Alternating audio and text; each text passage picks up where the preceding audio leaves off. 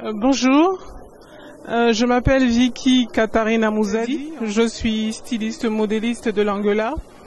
J'ai été formée à ESMO de Veloudaki, qui est une école qui a formé des créateurs grecs connus comme Billy Bo, Sophie Coco Salaka, qui est connue sur place.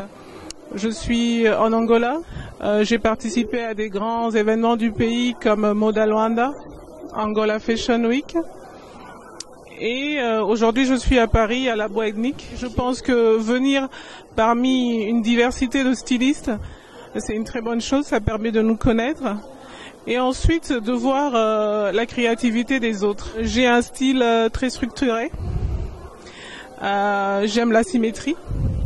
Par exemple, cette robe est une robe de ma collection prêt-à-porter que j'ai présentée à la Bois Ethnique. Elle est en bazar. Superposé d'un organza au niveau du second jeu du col. Cet organza est agrémenté de fibres de toile de jute. Et vous avez des perles qui rehaussent le tombé du vêtement vers le bas. À l'arrière de cette robe, vous avez un décolleté. Le dos nu est la tendance 2012. Donc vous avez ce dos nu qui redescend comme un col et ce col qui relève, qui donne de l'allure aussi à cette robe. Alors, vous avez cette espèce de broche qui est une fleur, c'est à ma manière avec les deux corrides devant et un faux semblant de poche. Ça c'est ma robe prêt-à-porter 2012 que j'ai présentée à la Bois Ethnique. À mes débuts, j'étais beaucoup influencée par des créateurs comme Chanel, Thierry Mugler. Mes projets futurs, j'ai un gros souci, c'est la formation.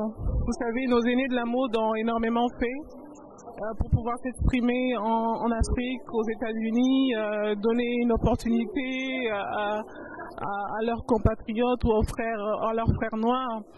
Et aujourd'hui, par exemple, nous en Angola, on se trouve avec une population qui est très fashion. La femme angolaise aime le beau, elle a envie de paraître. C'est tout à fait normal avec toutes ces années de guerre. Et nous, les créateurs, on a besoin d'avoir des bonnes équipes pour faire de bonnes finitions, un bon travail. Et du coup, c'est la nécessité de la formation.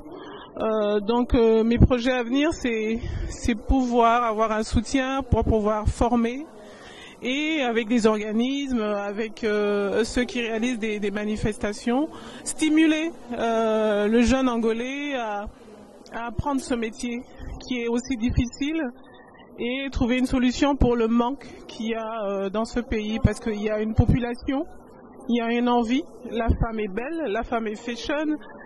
L'homme aussi, hein, je néglige pas les hommes qui sont bons payeurs et qu'on se fait belle pour eux, mais je pense que mes projets à venir c'est un peu ça.